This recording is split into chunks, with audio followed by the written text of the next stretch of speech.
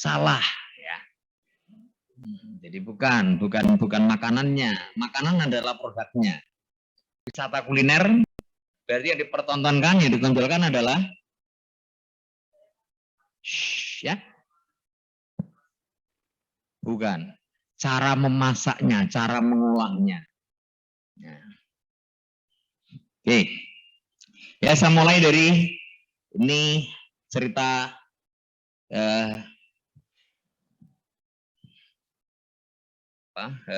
Michelle Obama ya. Dia ini mungkin adalah istri ideal bagi siapapun ya. Jadi orang yang perempuan yang sangat mencintai suaminya dan rela mengorbankan karirnya demi suaminya, demi karir suaminya ya. Dia pengacara hebat, dia sampai pindah ketika suaminya menjadi presiden, dia sampai kontrak begitu ya, dekat dengan presiden. Dan kapanpun suaminya memerlukan dia untuk berdebat, itu dia selalu siap sedia. Jadi kalau Obama mengatakan bahwa ada draft undang-undang atau apa gitu, I have read it, but I haven't discussed it. Artinya saya sudah membaca draft itu, tapi saya belum mendiskusikan dengan istri saya. Nah, jadi di rumah mereka adalah pasangan yang ideal, yang selalu berkelahi, jadi berdebat, melawan jadi menjadi opposing husband. Oke, ketika selesai makan siang di Bali, ya setelah jalan-jalan di kawasan pedesaan, melihat persawahan, melihat cara memanen, bercanda dengan petani, tukang masak dan lain-lain ya, Michelle Obama berkata, Barry, jadi itu panggilannya Barack Obama. Barry often tells us about beautiful of Indonesia. I keep it in my mind. Jadi ya udahlah, saya ingat suami saya sering cerita Indonesia itu indah, yang ya saya ingat-ingat. But now I feel all my dopamine comes up to love this wonderful country. Kira-kira kalimat ini artinya apa?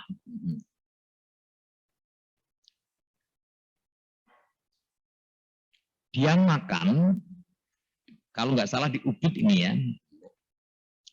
sebelum dia makan dia jalan-jalan dulu, melihat situasi di persawahan, melihat bercanda dengan petani, melihat cara memanen, cara menanam, cara memasak, dan itu membuat dia mengagumi Indonesia. Dan dia menyebut nama my dopamine comes up. Kira-kira artinya apa ini? Yang di rumah bisa menangkap suara saya?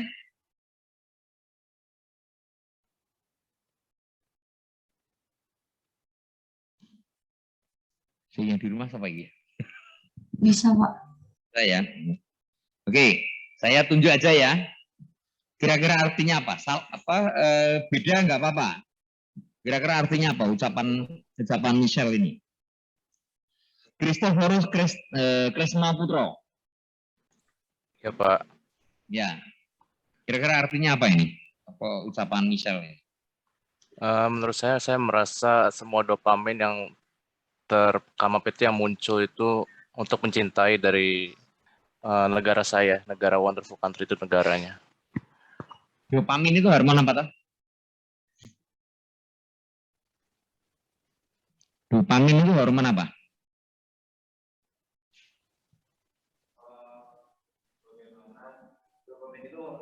Untuk hormon berbagai mempengaruhi aktivitas manusia bukan, Pak? Kayak energi gitu. Ya, menikmati hidup ya. Ya hormon kebahagiaan lah. Jadi hormon kebahagiaannya keluar semua rasa setelah dia melihat apa yang dilakukan orang terhadap apa yang dimakan. Ya, jadi dia melihat sendiri prosesnya. Oke. Jadi ini mungkin berbeda ketika dia mengkonsumsinya di restoran Bali di Amerika. Ya. Dia tidak bisa melihat apa yang dilakukan para petani di Indonesia, bagaimana cara menanam, cara memanen, cara memilih, sehingga dopaminnya keluar, tetapi tidak sesempurna saat itu dia bilang. Oke ya, jadi ini saya yakin kalian akan merasakan, selalu merasakan, cuma mungkin tidak bisa membedakan. Di musim Lebaran itu kalian makan masakan ini kiriman nenek, gitu ya. Tapi berbeda ketika makan bersama dengan nenek, melihat nenek itu membuat sambalnya dan sebagainya. Ya, yaitu adalah hormon dopamin. Ya. Oke, saya tidak membicarakan hormonnya di sini, tetapi bahwa kita pun merasakan seperti itu, penuh kita merasakannya ketika kita melihat prosesnya. Dan itu oleh Michelle Obama dikatakan sebagai all of my dopamine comes up. Ya, berikutnya. Ini Raja Mongkut ya. Raja Mongkut itu King Rama keempat, itu dari Thailand. Ketika bangsa-bangsa Inggris, Prancis, Belanda, dan Spanyol mulai menjajah Asia Tenggara, Raja Mongkut mengunjungi Portugal, Spanyol, dan Inggris. Ya, menawarkan kerjasama perdagangan. Di hari pertama dijamu ini dijamunya 2 kali ya. Di hari pertama Raja Mongkut ya dijamu raja tuan rumah. Ini jamunya 2 kali, ini nanti bingung. Oke. Pada hari berikutnya Raja Mongkut menjamu pejabat kerajaan di bidang ekonomi, kebudayaan, dan militer di hotel atau di balai agung kerajaan dengan makanan khas Thailand yang dimodifikasi. Modifikasinya yang dilakukan adalah kepada pejabat kerajaan Inggris dikenalkan penggunaan santan dalam pengolahan daging sebagai pengganti pengolahan daging dengan gorengan. Kepada pejabat kerajaan Portugal dikenalkan penggunaan merica sebagai bumbu pedas. Nah, penggunaan merica ini raja itu tidak ikut menikmati, tetapi raja mendengar, wah pedasnya itu panas gitu lah. Sehingga dia memberikan kado kepada Raja Mongkut, cabai. Dan itu awal mula cabai digunakan di masakan Thailand. Kepada pejabat kerajaan Spanyol didemonstrasikan cara makan dengan tangan atau sendok yang pendek, jadi sendok seperti yang kita punya itu ya. Itu asli Thailand, dengan chopstick, adopsi dari budaya Cina, atau dengan sendok dan garpu, menggunakan budaya Spanyol. Hanya dengan mengenalkan makanan, ya tentu saja dengan beberapa oleh-oleh, Thailand adalah negara yang tidak pernah dijajah. Ya. Jadi diplomasi kalau ini kuliner ya, diplomasi kuliner itu sudah mulai dilaksanakan oleh pemerintah Thailand pada 2 abad yang lalu. Ya, itu sekedar pengantar. Saya mulai dengan, ini tadi waktunya tersita berapa jam? Food tourism. Jadi wisata pangan gitu ya, food tourism. It is a pursuit of enjoyment, the unique and memorable everything about food and beverage from cultivation of fishing ya. Ini adalah upaya dan pursuit itu apa ya? Upaya atau kerinduan itu ya. And enjoyment dan sesuatu yang dinikmati ya. Tentang keunikan dan memorable dan yang selalu mudah dikenang, segala sesuatu tentang makanan dan minuman, mulai dari budidaya atau penangkapan ikan, panen, memilih, menyiapkan, mengolah, sampai bagaimana menikmatinya. Jadi semua rangkaian ini adalah wisata pangan. Chemistry of food and tourism eating is psychological need which requires fulfillment whether at home or during travel with other different areas, cultures, and social system. Di kimia antara makanan dengan jadi perpaduan ya, jadi chemistry apa ya? Sebenarnya bukan kimia begitu ya. Perpaduan antara makanan dengan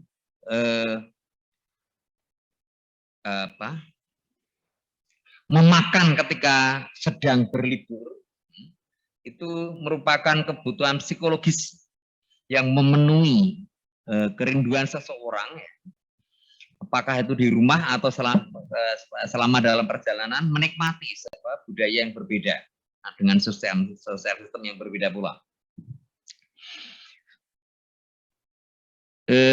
Wisata pangan mulai populer sejak tahun 1980 dan become new tourist dan merupakan sasaran wisata baru ya, yang cerdas, edukatif, dan efektif untuk menjadi media mengenalkan suatu budaya. Oke, ini nanti kita pelajari di mana bedanya antara wisata kuliner dengan wisata gastronomi. Prinsip dari wisata pangan adalah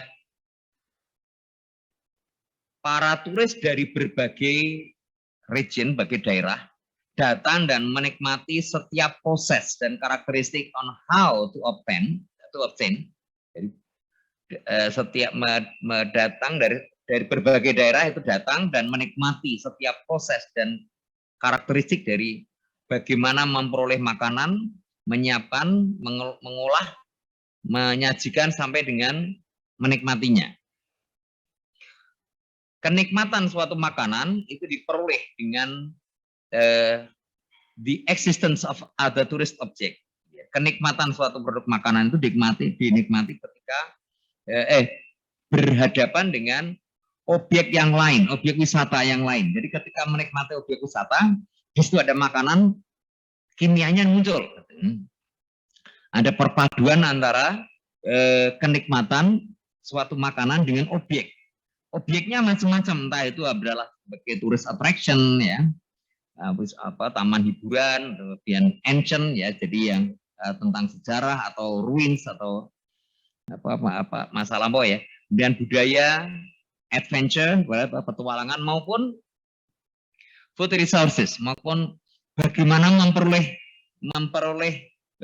makanan itu sendiri. Wah, ternyata nangkap kodok itu nggak gampang ya. Wah, pantesan kodok itu enak.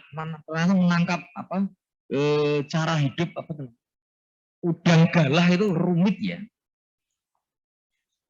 Itu kalau pH-nya nggak benar aja dia sakit. Makanya mahal.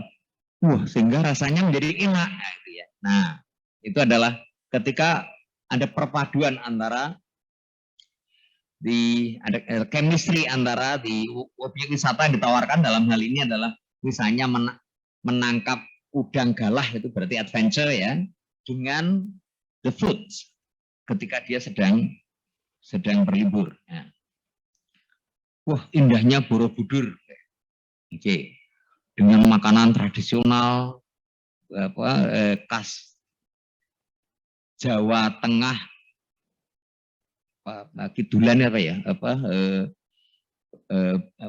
Mataraman ya, Jawa Tengah Mataraman menjadi lebih nikmat. Beda dengan misalnya menikmati candi, makanannya McDonald karena nyambung. Ya. Jadi nggak ada chemistry di situ. Ya. The enjoyment of food includes hand-on practice from preparing to processing food, unique of palate. Ya, kenikmatan ditawarkan meliputi hands-on.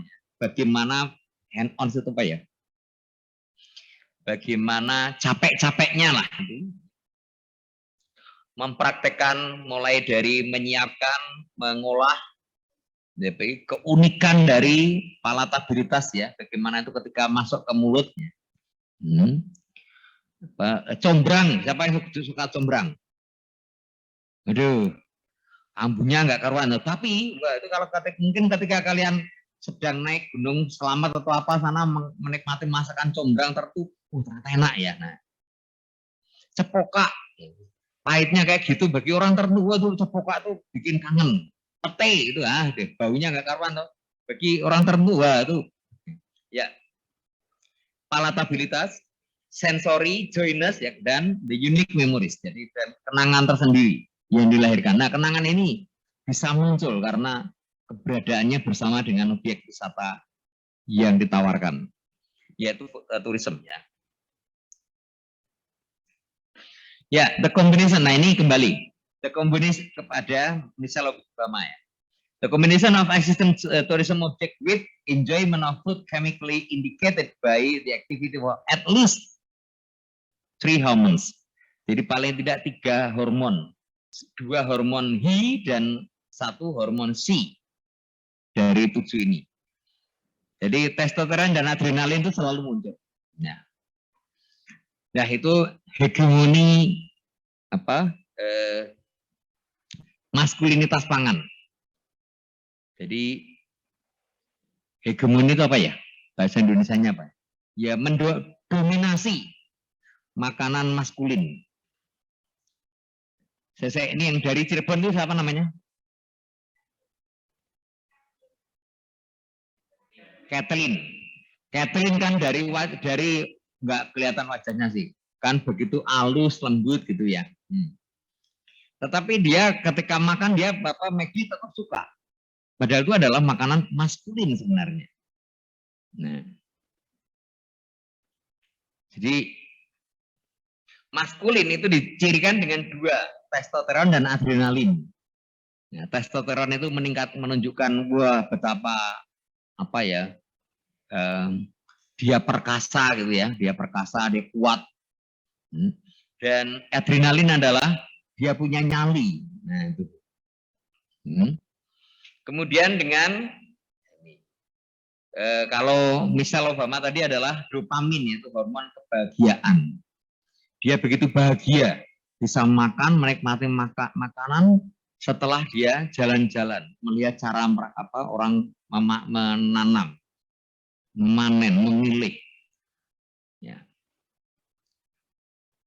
Kalau hormon kepribadian misalnya di makanan yang seperti apa? Kalau Michelle Obama tadi kan itu dia yang muncul adalah hormon dopamin. Kalau serotonin itu kira-kira munculnya seperti apa? Kepribadian.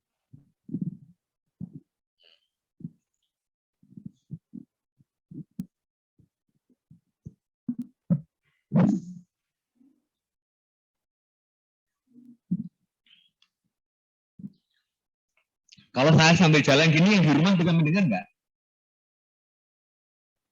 Bisa ya.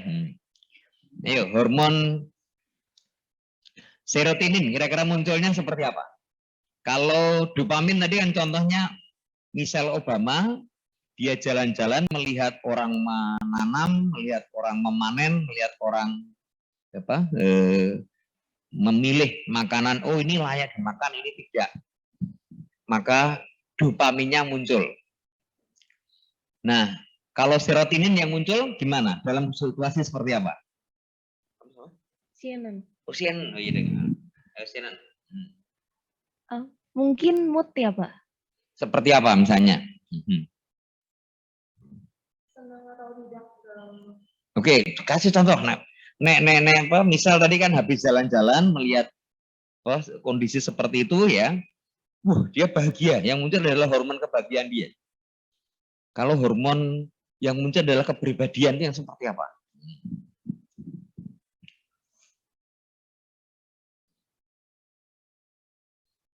Kepribadian.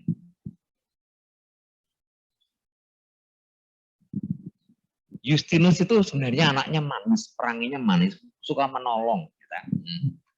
Pinter, suka menolong, terus perhatian, terus kalau orang Jawa bilang itu gemati. Gemati itu apa ya? Kurang gemati,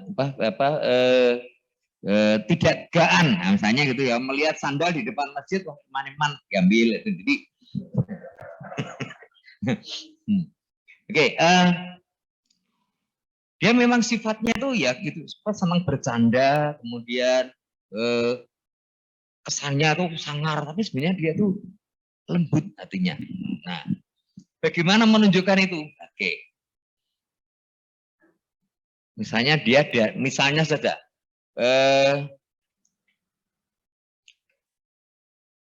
dia dihadapkan pada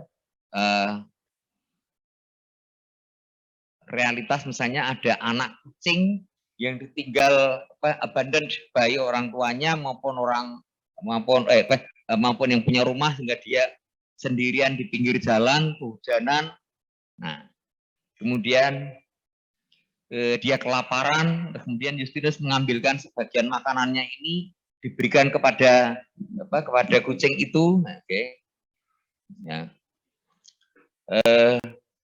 Dia memang memang kehilangan sebagian dari bahan makanannya, tapi dia puas bisa makan bersama dengan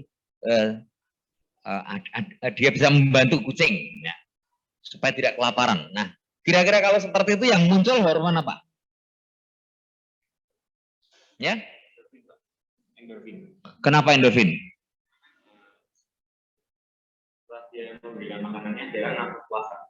Dia merasa puas. Oke, endorfin. Oke. Kalau Justinus misalnya makan di satu restoran, kemudian dia lihat di sana ada orang sedang kelaparan, minta-minta, kemudian dia mengajak orang itu makan dan melihat sebenarnya dia nggak nafsu makan, tapi melihat orang itu kok makannya lahap sekali, maka dia menjadi lahap makan, dan dia merasa udah nggak usah dibayar, tenang aja, nanti udah yang bayar saya, wah tanya gitu. Dan pokoknya dia nggak terbeban dengan membiayai itu, dan dia bertanya kenapa kok kamu sampai kelaparan dan sebagainya. Dompet saya itu hilang.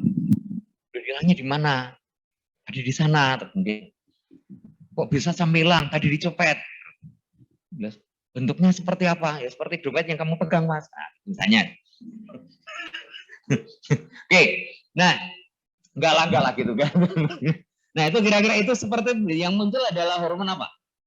Dia merasa iba kepada sesama. Serotonin? Iya, itu kepribadian muncul. Keberadaan seorang kepribadian itu muncul. Ya, sekarang beri contoh yang oksitosin, hormon cinta.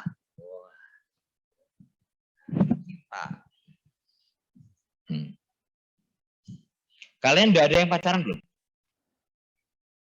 Satu mak jomblang yang baik. Nah. Ya, saya tuh mak jomblang yang baik. Tapi pengalaman saya 80% mahasiswa yang pacaran itu gagal. Ya. Ya, itu ada yang perjuangannya itu sampai, karena dulu yang mak jomblangi saya, yang satu di Surabaya, satu di Jakarta, mereka berusaha bisa pulang ke Semarang supaya bisa bersama. Begitu di Semarang, akhirnya malah putus. Dan kedua anak itu datang ke rumah saya, mencari saya, kemudian ngajak ketemu. Saya kira mau ngasih undangan, ternyata minta maaf Pak, kami terpaksa putus. Aduh. Ya, bagaimana cara menampilkan hormon oksitosin? Wah, ya gampang lah ya, di suasana yang romantis gitu ya. Misalnya kalau di Bali misalnya di mana ya? Sangeh mungkin ya. Itu tempat apa? Tempat Sangeh, bener ya? Sangeh itu apa? Ya tempat menyat-menyat itu. Kalau enggak yang tempat orang kuburan yang mayatnya tidak dikubur, apa namanya? Trunyam, nah mungkin gitu. Trunyam, wah makan melihat bangkai mayat berserakan, mungkin itu dari hormon cintanya muncul. Ya, mungkin hormon cinta yang kepepet. Kalau ke sana itu dulu ya anak saya kan seneng keliling gitu ya.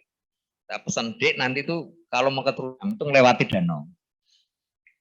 Jangan pernah naik perahu itu sekali jalan.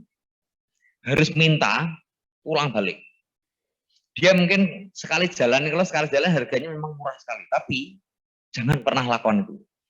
Pak, mahal Pak, kalau sekali jalan dia cuma minta 300.000, kalau return itu minta 1 juta, bayar 1 juta. Kenapa? Kok gitu? Ini nanti sampai di sana, itu muter-muter dalam macam itu kira-kira nanti udah sore. Kalau udah sore, kamu balik enggak? Kalau balik 2 juta, mau enggak? Oke. Kalau enggak mau, ya sudah nginep di sini dekat itu para mayat-mayat itu. Nah mungkin kalau di situ cuman berdua, nah itu akhirnya jatuh cinta juga ya karena kepepet ya. Ya enggak lah. Ya hormon cinta akan muncul ya ketika dalam suasana romantis gitu ya, dekat dengan kuburan atau apa gitu ya. Oke, futurism.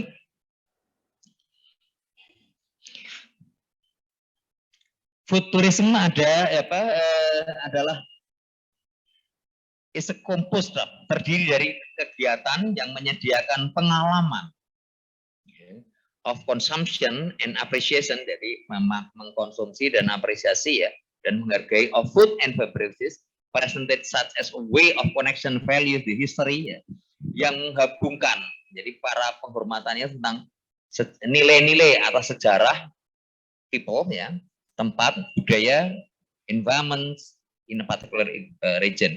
Secara prinsip biasanya itu food culture itu diterjemahkan sebagai exploring cuisine beyond the plate. Jadi mengeksplorasi apa ya? Mengeksplorasi lah masakan di beyond di luar piringnya. Mengapa kok bisa sampai seperti ini? Mengapa menjadi demikian? Oke, nanti di halaman berikutnya muncul. Gastronomy tourism adalah cultural exploration of taste and typical products, the tradition, and to be able to live surprising, unique, and special experiences in respect to local condition, culture, and historical background. Jadi gastronomi itu adalah exploration to taste. Tetapi kalau culinary, exploration of local life on technical aspect. Jadi beda.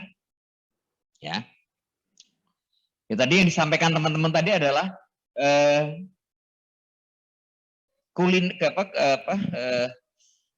wisata kuliner itu adalah exploration to local life on technical aspect. Bagaimana aspek teknis dalam mengolah makanan. Menyediakan. Kok warnanya bisa begini? Oh, dipanggangnya pakai itu. Kok rasanya begini? Oh, ditambahkan ini. Itu adalah culinary tourism. Tetapi kalau gastronomi, oh, enak ya. Rasanya bisa seperti ini ya. Itu gastronomi. Jadi kuliner itu adalah good cooking. Tapi gastronomi adalah good eating. Jadi kuliner itu good cooking. Jadi cara memasak, cara mengolah, the technical aspects of cooking, in preparing, dan ya memang termasuk di dalamnya adalah sejarah, budaya. Ya. Mengapa orang Korea itu kalau sama-sama pakai chopstick, tapi mereka tidak suka pakai chopstick pakai kayu atau bambu, karena sekali buang. Mereka menggunakan chopstick dari logam yang tidak berkarat. Karena apa? Kami pernah miskin sekali.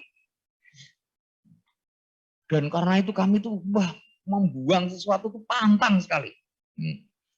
Saya dulu kerja 2 tahun lebih dengan orang Korea. Jadi filosofi mereka tuh agak sedikit berbeda. Ada filosofi miskin atau filosofi lapar. Kalau bedanya dengan orang Jepang gitu.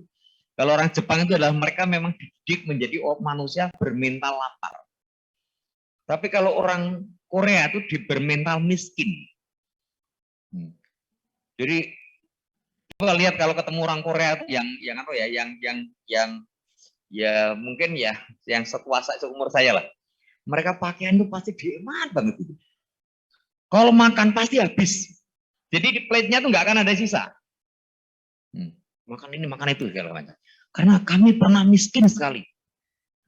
Nah, kalau orang Jepang itu dididiknya adalah mental lapar. Kalau lapar akan melakukan apa saja untuk makan. Jadi mentalnya, ya, jadi pasca perang dunia kedua itu dididik untuk bikin mental lapar. Dan,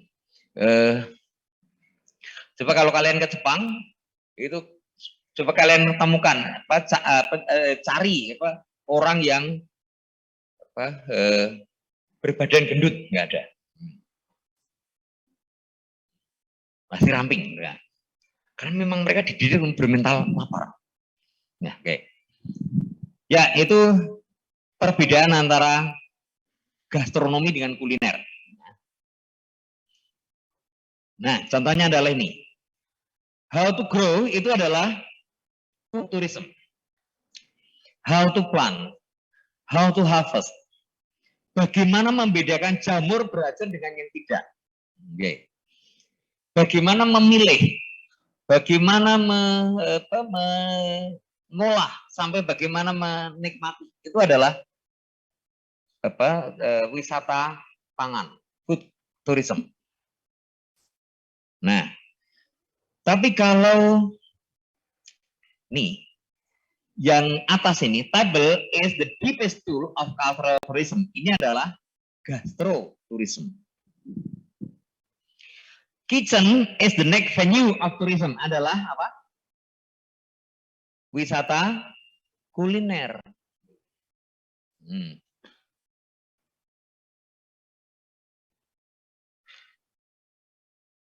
Apapun bisa diselesaikan di meja makan. Hati-hati dengan menilai meja makan. Dengan melihat meja makan kita bisa mengetahui keluarga itu. Nah, itu adalah gastronomi, ya. Gastro evaluation. Dulu bapak saya tuh menyadari sekali ya. Saya kan kecil, jelek, nggak ganteng, ya. Jadi dulu ketika laku menikah itu wah, beruntung sekali bapak saya, senang banget. Kok ada perempuan keblondrok gitu, apa ya? Blondrok apa ya? Saking senangnya bapak itu udah sakit. Itu memberitahu saya, wah ngomong dengan susah payah tuh ngomong sampai berapa jam, enggak salah 2 jam. Hanya menyampaikan 2 pesan. Kamu tuh udah bersyukur, kamu tuh Tuhan memberkati kamu dengan perempuan yang baik dan sebagainya gitu. Pokoknya tolong ya. Hanya 2 pesan. Pertama, hapus dari kamus hidupmu 2 kata. Selingkuh dan cerai. Malah aku pikir, wis rasa diperintah hilang sendiri. Dan yang kedua, jangan pernah protes apapun disediakan istrimu di meja makan. Karena apa yang disediakan istrimu itu, apa yang ada di meja makan itu menunjukkan seperti apa istrimu. Kalau dia sedang marah pasti begini, dari kamu harus belajar. Dan ternyata benar juga.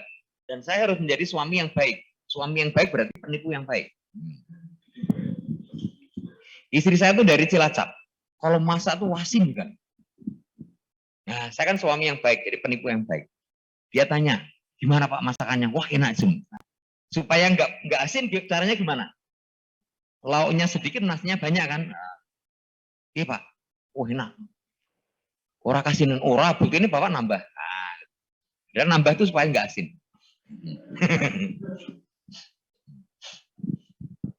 Ya, itu adalah aspek gastronomi, bukan aspek kuliner. Kalau kulinernya bagaimana cara istri saya masak. Ya. Apapun yang tersedia di meja makan itu menunjukkan seperti apa. Kalau dia sedang marah,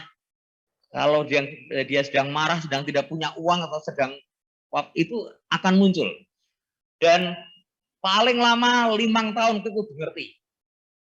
Nah, jadi paling lama 5 tahun kamu harus tahu dari melihat meja makan istrimu seperti apa. Nah itu istri saya, bapak saya pesannya gitu.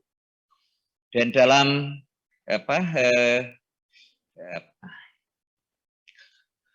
dalam pengetahuan umum yang lain itu kan ajaib itu tahun keempat. Jadi pacaran itu diingat-ingat, jangan sampai lebih dari 4 tahun. Di Amerika itu perceraian paling banyak terjadi pada tahun keempat.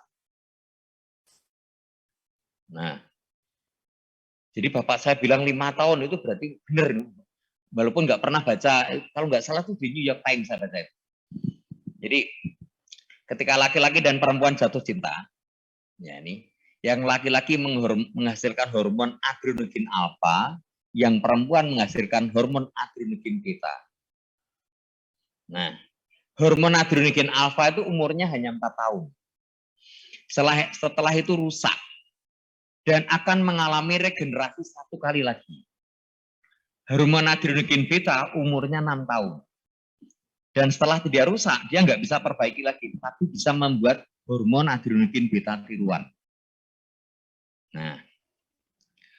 Nah, ketika hormon adrenogen alfa ini rusak, itu pikiran sudah lain macam-macam itu, sehingga goncangan nggak mengapa di Amerika itu 64% perceraian terjadi di tahun keempat. Nah, terus kalian percaya boleh, kalau enggak juga enggak apa-apa itu. Nah, saya sendiri saya nggak percaya. Karena saya itu sebelum menikah dengan istri saya itu saya pacaran 7 tahun. Saya menikah tahun 92, sekarang berapa? 2002 ya, berarti udah berapa? 40 tahun ya. Ini tambah 7 tahun berarti 47 tahun. Tapi kami semakin tergila-gila satu sama lain nih. Ya, harusnya kan, konon itu lagi di cerita yang lain ya, hormon adrenogen alfa itu ketika rusak regenerasi 1 kali lagi, dan kalau rusak lagi maka akan dibuat hormon adrenogen alfa tiruan. Hormon adrenogen alfanya sendiri itu nggak pernah hilang, tapi hanya tidak muncul. Jadi hormon resesif gitu ya. Dan akan muncul lagi setelah sekian siklus berikutnya. Dan itu konon yang kalau orang yang tidak menikah dengan pacar pertama itu dia punya risiko itu puber kedua. Nah, puber kedua itu artinya dia akan merindukan, mengidolakan orang yang pertama kali memunculkan hormon adrenogen alfa. Ya. Idolanya seperti itu. Ya, oke. Wah, malah kemana-mana ya.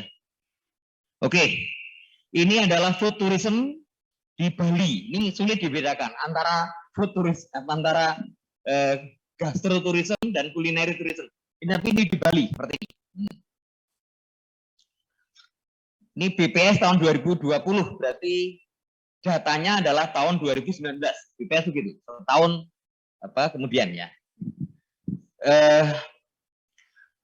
Pengunjung yang datang ke Bali itu tahun 2019 itu 5.700.000 sekian.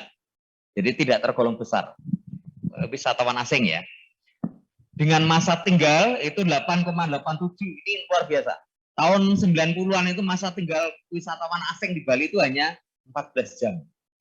Jadi sekarang tuh 8,87 itu antara lain karena wisata tidak hanya datang ke sana snorkeling tetapi karena banyak yang itu seperti Obama itu jalan-jalan ke sawah, kemudian mangrove itu mereka bisa 2 minggu di sana mempelajari bagaimana ular mangrove itu seperti apa. Ya, jadi wisata-wisata seperti itu malah lagi ngetren ya. Dan mereka makannya banyak sehingga bisnis kuliner jadi ramai. Kemudian akomodasi tetap paling mahal. 500-an dolar per hari, kemudian makanan $166, lokal transport, iya. Kemudian mengunjungi tempat wisata tergolong mahal, 97 itu. Jadi kalau di negara lain biasanya itu murah, bahkan banyak yang gratis. Jadi mengunjungi tempat wisata itu banyak yang gratis. Terus pendapatannya dari mana? Ya dari hotel, dari makanan dan sebagainya. Kemudian memorabilia tergolong murah juga. Jadi kita belum punya memorabilia yang berkelas begitu ya. Nah, kemudian others ini ya tukang parkir atau apa itu ya. Oke. Sehingga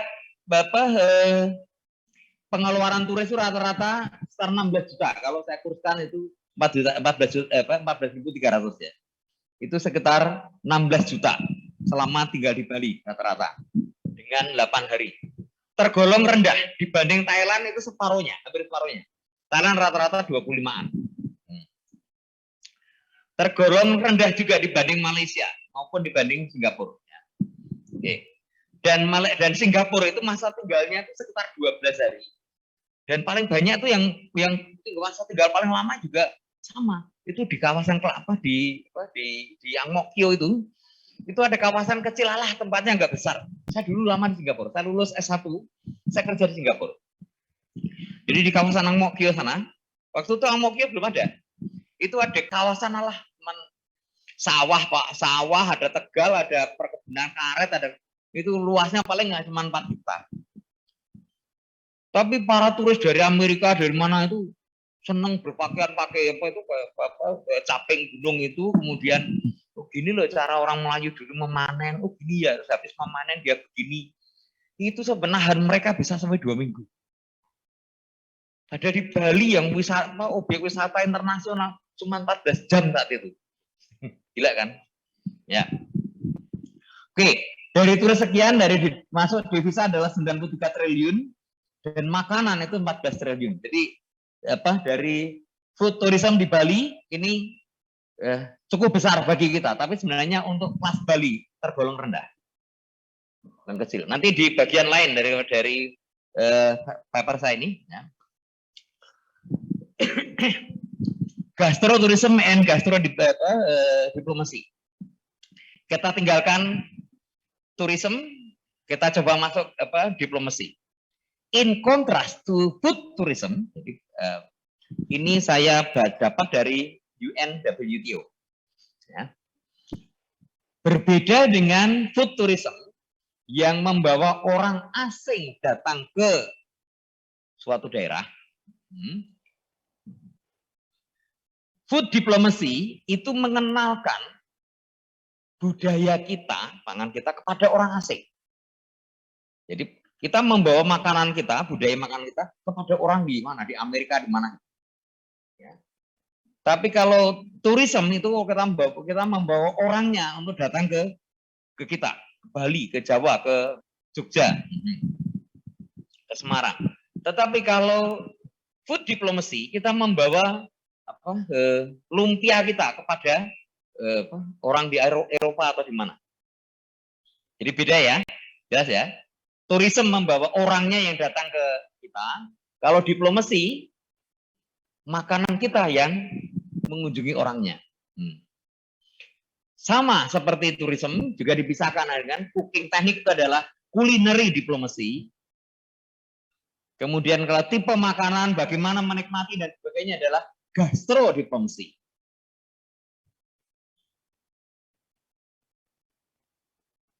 Yes ya. Jadi, kalau teknik memasak itu asik juga. Kalau ngobrol dengan teknik memasak itu asik juga. Bagi yang suka masak.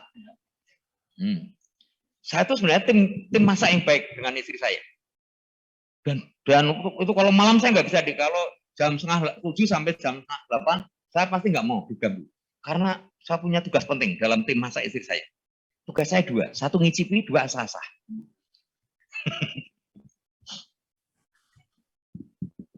Dan saya ngicipi, semuanya pasti enak. Ya.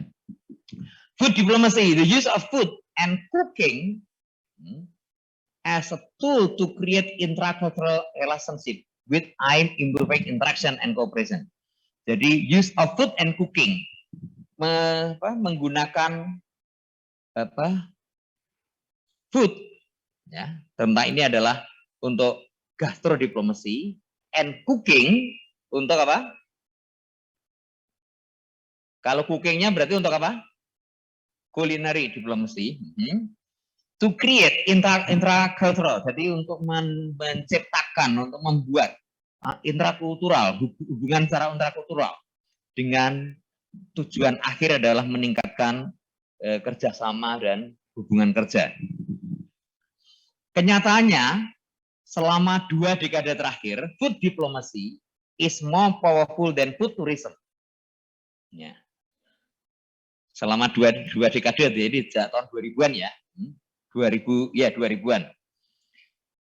Dalam mengenalkan culture and personality of nation.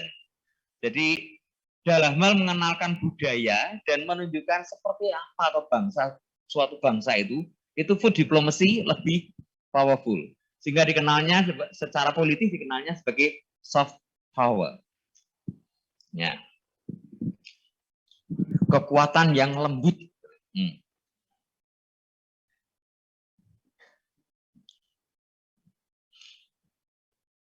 Ini UNWTO, kalau nggak salah tak kasih Vian di citasinya tautannya.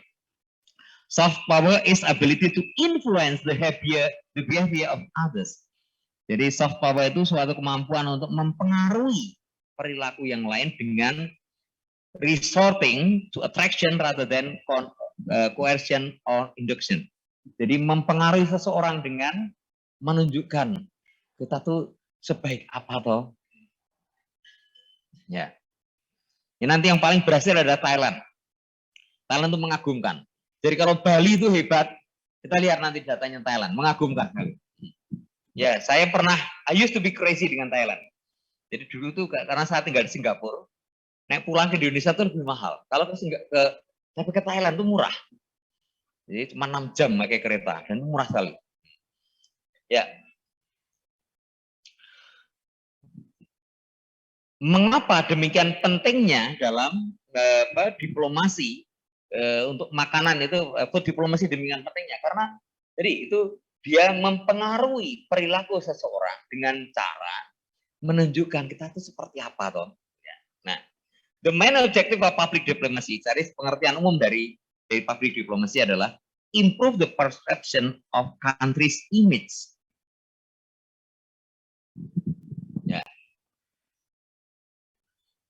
Jadi berdiplomasi itu tujuan utamanya adalah meningkatkan persepsi orang tentang image suatu negara.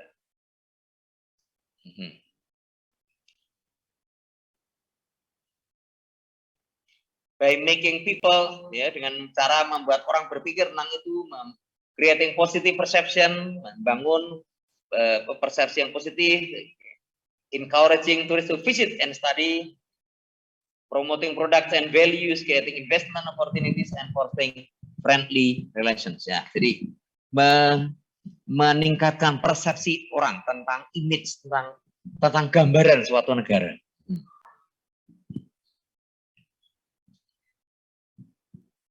Thailand diperburuk dengan citra banyak banci di sana. Oke. Ya, memang agak menjengkelkan di saat Thailand. Ya, saya orang kuno sih ya. Itu jadi bagi saya tuh ya orang kuno tuh ya laki-laki tuh ya pengu itu apa bahasa Indonesianya? Ya bau ya. Get sweat and smelly lah. So that's typical of men. Tetapi kalau ada ban kempes ya, oke, how to do it? Bukan kalau di Thailand itu ketemu laki-laki cantik pakai bedak, aduh ya ampun. Kemudian banyak kempes, excuse me, can you help me? Ini laki-laki apa? Jadi image-nya ada beda ya. Laki-laki kok wangi loh, gitu. Jadi aneh gitu ya.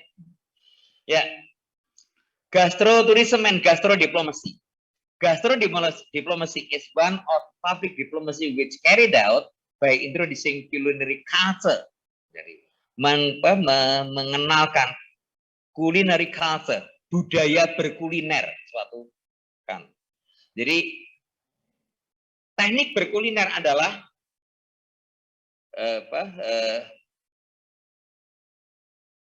culinary diplomasi, tetapi introducing culinary culture.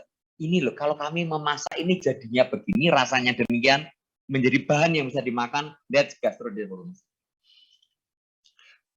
terminologi ini mulai dikenalkan oleh oleh pemerintah Thailand ya. Thai.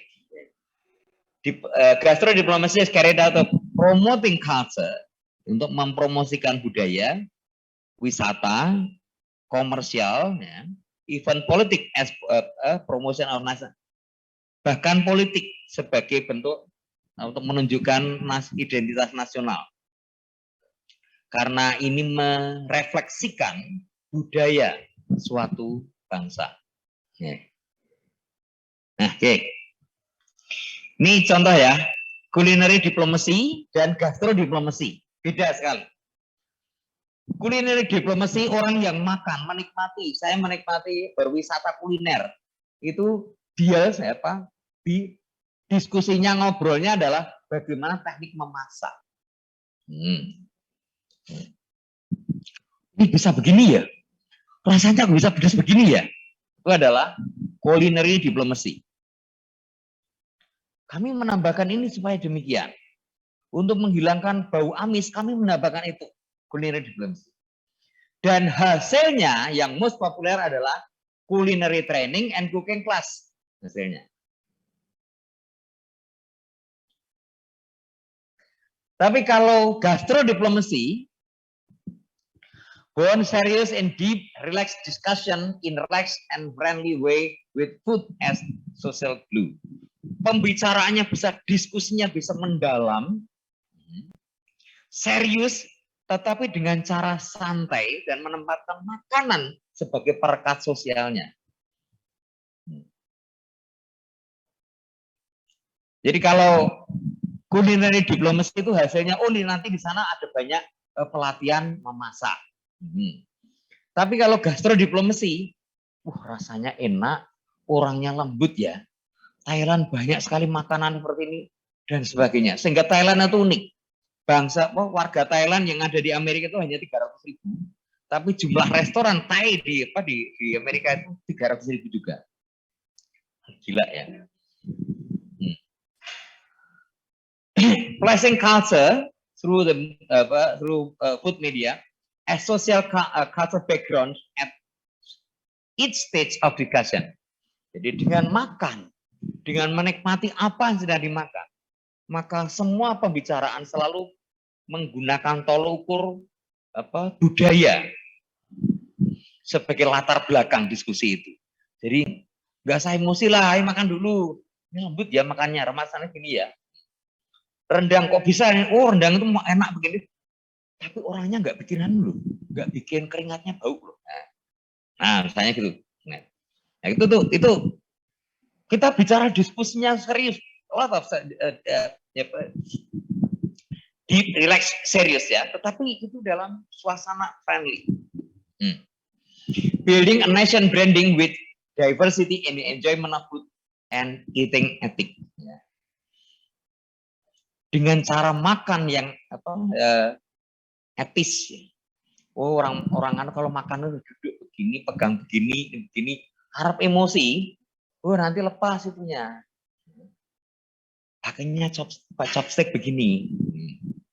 Mengapa kok pakai chopstick? Oh gitu ceritanya orang Cina itu mendefinisikan, kalau bahan pangan ya, itu adalah blessed dan anugerah.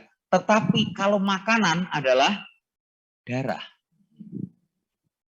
Nah, supaya makanan tidak sampai membunuh, maka makannya pakai chopstick. Kalau pakai sendok itu bisa membunuh orang, chopstick enggak lah. Akhirnya pembicaraan menjadi rileks ya. Ya, Ya, cukup jelas ya bedanya culinary diplomasi dan gastro diplomasi.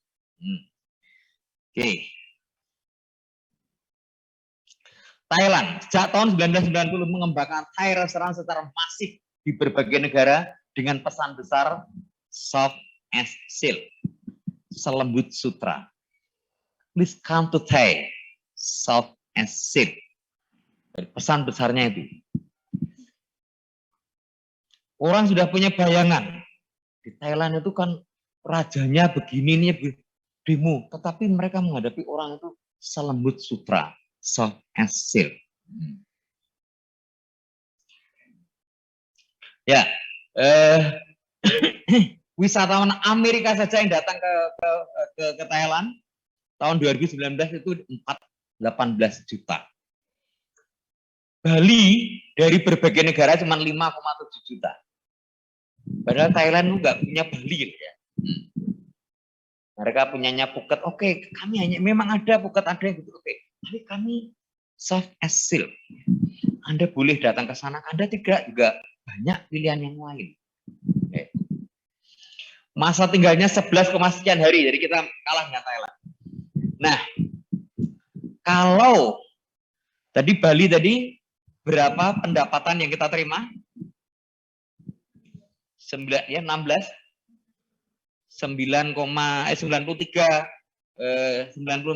triliun ya. 93 triliun berapa juta dolar. Oke. 6 juta dolar ya. 6 juta dolar kita setengah mati mendatangkan orang datang ke Bali. Bali sebagai objek wisata berkelas internasional, apa yang kita dapatkan hanya 6 juta dolar. Thailand hanya mengirim bahan ingredients ke restoran-restoran dia di berbagai negara 35 juta dolar.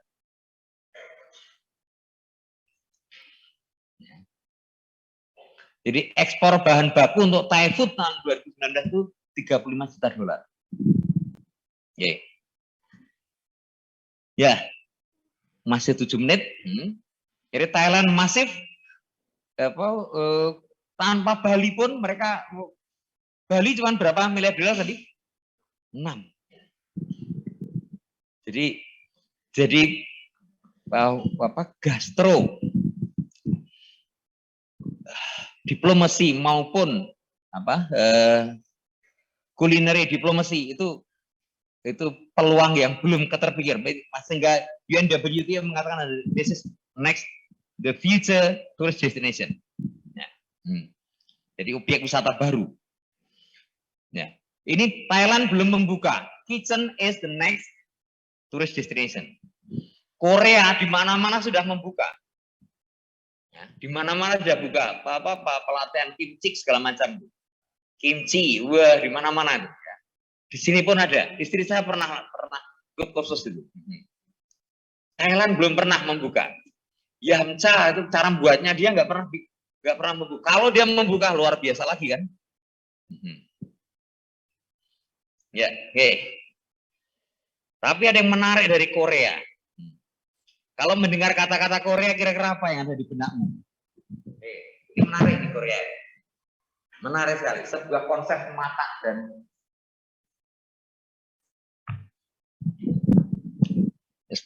matang dan selalu updated dan selalu mendukung. Kalau mendengar kata-kata Korea, kira-kira apa? Kamu apa namanya? Raras, Pak. Raras. Raras. Iya. Oke, apa? Kalau mendengar nama Korea? Makanannya yang fermentasi. Apalagi? Kayak budaya. Budaya apa? Apalagi? Apa ya? Le. Bagus. Aku ya, makanan juga sama wisatanya, Pak. Wisatanya apa? Wisata apa? Ya kan sering nonton itu, Pak. Karena nonton apa? Ya itu drama Korea. Oke.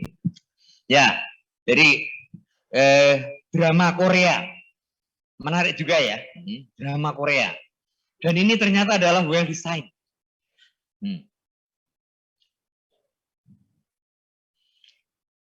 Waduh, salah nih. 2.200 ya. 200 itu belum. Korea mengembangkan restoran Korea ke negara-negara besar. Amerika, Uni Eropa, dan Kanada. Ya, negara-negara dan new developing countries. Jadi tidak semua negara, beda dengan Thailand. Thailand itu eksploratif aja ke banyak negara. Tapi Korea Selatan itu hanya di negara-negara besar dan negara yang sedang berkembang. New industrializing country. Jadi bukan negara miskin, dia nggak sentuh. Ya. D. Konsepnya adalah makanan tradisional sehat dialektik. Jadi makanan yang dialektik, jadi bisa dimakan sambil santai dengan tapi sehat ya. Dan dipopulerkan dengan istilah K-pop. Ya. Pernah dengar ya? K-pop ya. Jadi makanannya dialektik kimchi. Oke, kimchi itu ribet banget, tapi yang dikenalkan ke khalayak umum adalah makanan itu sehat, aman, makannya seperti ini.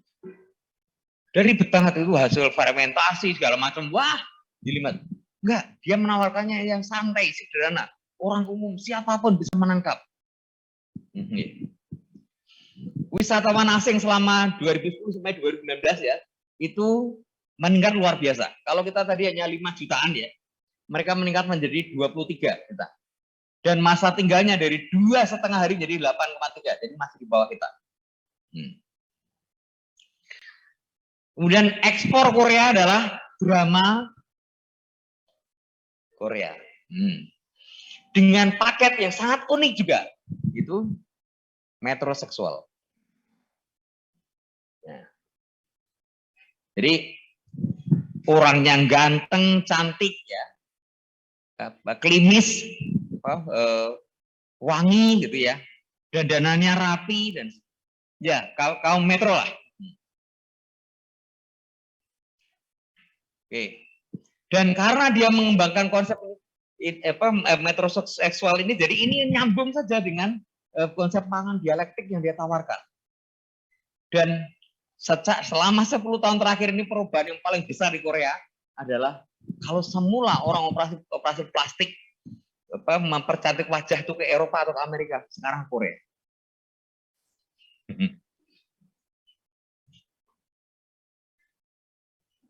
Jadi dengan mengenalkan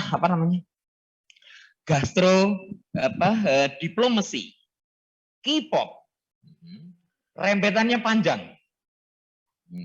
Drama Korea, wah, orang Korea sampai penghasilannya seperti itu. Oke, mereka dapatnya dari mana? Ya kecuali dari iklan dan sebagainya. Oke, banyak membawa dampak yang lain, menjadi pusat operasi plastik. Kalau operasi ganti kelamin tetap Thailand. Ya. Tapi ini operasi plastik Korea. Ya, G. 1 menit terakhir. Indonesia, nih. Oh ya, yang operasi plastik itu saya mencoba mencari datanya. Seberapa sebenarnya orang yang datang ke sana? Sulit sekali. Sulit juga. Yang Korea itu ya. Indonesia sejak tahun 2018 mengembangkan gastrodiplomasi. Ya, tapi sayangnya ini konsepnya tuh tematik begitu ya. Rempah-rempah tanaman obat itu ke sini. Kemudian jajanan tradisional ke sini, makanan tradisional ke sana. Jajanan ringan ke sini. Jadi ya semuanya terdokumentasikan nih. Tapi tidak jelas ini apakah dampaknya terukur. Yang jelas memang ini obat ya. Kenaikan ekspor obat tradisional itu ke Eropa itu signifikan. Ini bukan buat nih, obat nih.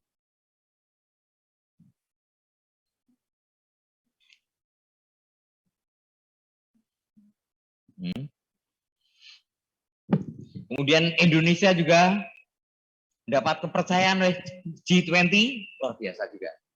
Kita tidak tahu apakah ini karena keberanian diplomasi timnya Jokowi ya, ataukah karena pengaruh food diplomasi kita ini. Melunaknya Uni Eropa terhadap CPO walaupun dampaknya mahal juga ya. CPO kita diterima di Eropa.